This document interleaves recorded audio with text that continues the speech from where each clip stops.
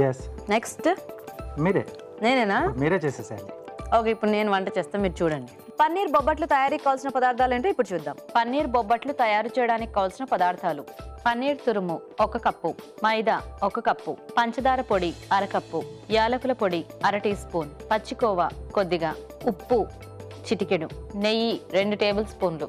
గీత గారు ఇంకెందుకు ఆలస్యం, ఇటువైపు వచ్చేసేయండి. కమాన్ వచ్చేసేయండి. గీత గారు ఇంగ్రీడియంట్స్ అన్ని రెడీ అనుకుంటాను. ఓకే రాజు గారు, సో ఐటమ్స్ అన్ని కూడా జాగ్రత్తగా చూసారు కదా. ఇప్పుడు మీరు ఇన్ని రకాల బొబ్బట్లు చేశారు కదా, దీన్నంతా ఉపయోగించి నేను ఇప్పుడు మీకు చక్కగా మంచి బొబ్బట్లు చేసి పెడతాను మీ ఇద్దరికి. ఓకేనా? Okay right. సరే, సో ఫస్ట్ ఏంటంటే పన్నీర్ని చక్కగా తురిమేసి పెట్టుకోవాలి. సో ఈ తురుమంతా తీసుకుందాం మనం.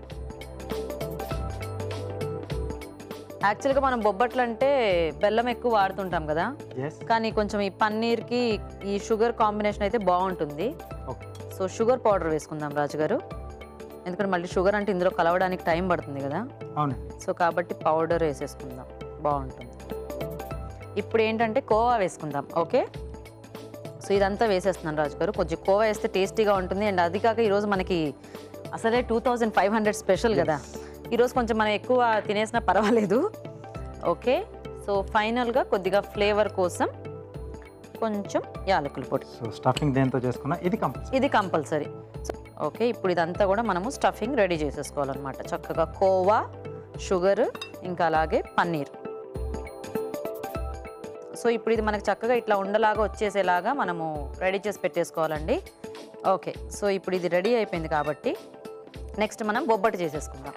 ఓకే, సో రాజుగారు ఎప్పుడు చెప్తారు కదా పిండి ముందు రెడీ చేసి పెట్టుకోవాలని, అలాగే నేను కూడా ముందు రెడీ చేసి పెట్టుకున్నాను. ఇది నేను చేసి పెట్టేసి కాదు నేనే నేనని చెప్పేసి నీకు జ్ఞాపకం ఉంది అంతవరకు ఉంది, కలిపెట్టేసింది నేను. రాజుగారే కలిపారులేండి, ఎందుకంటే కొంచెం రాజుగారికి అంటే నాకు కూడా వచ్చు, కాకపోతే కొంచెం రాజుగారు హెల్ప్ తీసుకున్నాను అనమాట. ఇలా కలపాలి అని చెప్పి అనమాట. సో ఇందులో ఏంటంటే కొంచెం మైదా తీసుకున్నాను, అలాగే కొద్దిగా ఉప్పు, అదే రాజుగారు కలిపారు అనమాట అలాగా. సో ఇప్పుడు దీన్ని ఏంటంటే మనం కొంచెం ఎక్కువసేపు నానబెట్టుకుంటే కొద్దిగా మనకి సాఫ్ట్ అవుతుంది. సో అప్పుడు ఏంటంటే మనకి ఈజీగా స్ప్రెడ్ అవుతుంది బొబ్బట్టు అనేది. ఇప్పుడు ఏంటంటే చక్కగా మనం ముందు రెడీ చేసి పెట్టుకున్న ఈ పన్నీర్ని ఇలా ఒక బాల్ లాగా చేసుకొని చక్కగా ఇందులో పెట్టేసి, సో ఇక్కడ స్టఫింగ్ అంతా బయటికి రాకుండా చక్కగా దీన్ని అంతా కవర్ చేసేసుకొని మనము ఈ ఎక్స్ట్రా పిండిని తీసేసుకోవచ్చు. సరే, ఇప్పుడు మనం ఏంటంటే ఈ చపాతీ పీఠమే చేసేసుకుందాం రాజుగారు. ఓకే, అయితే ఇప్పుడు ఏమిటి అంటే కొద్దిగా నెయ్యి ఎక్కువ రాసుకున్నాం అనుకోండి, కొంచెం బాగా స్ప్రెడ్ అయిపోయి దానికి అతుక్కుపోకుండా ఉంటుంది, ఈజీగా ఓడొచ్చేస్తుంది. రాజుగారు మీ పని నేను చేస్తుంటే మీకు ఎలా అనిపిస్తుంది? కొంచెం కొద్దిగా ఖాళీ దొరికినట్టుందా మీకు? నాకైతే బాగుంది, చాలా థ్రిల్లింగ్గా ఉంది. ఇంకా ఈ బొబ్బట్టు సైజ్ అనేది మీ ఇష్టం. కొంతమందికి ఇలా చిన్న సైజులో ఉంటే ఇష్టపడతారు, కొంతమంది మీడియం సైజు. అంతకంటే పెద్దగా ఉంటే బాగోదు బొబ్బట్టు అనేది, ఇంతే ఉండాలి. సో మామూలుగా పండగలకి మనం అన్ని నేతితో చేసుకుంటాం కదా, ఈ రోజు కూడా మాకు ఒక పండగ అనమాట. 2500 ఎపిసోడ్స్ కంప్లీట్ చేసుకున్నాం మేము, మామూలు విషయం కాదు అది. మీకు ఎన్ని వందల వంటలు చూపించామో కదా. సో ఈరోజు నా రెసిపీ స్పెషల్గా నోట్ చేసి పెట్టుకోండి.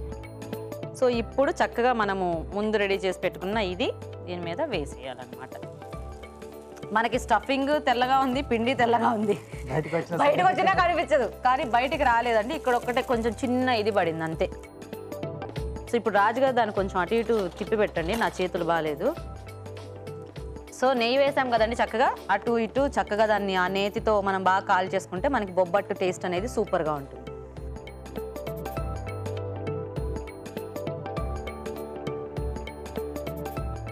సో రెడీయా రాజుగారు? రెడీ, తీసేసేయండి. ఆహా, నేతి వాసన మాత్రం చాలా సూపర్గా వస్తుందండి.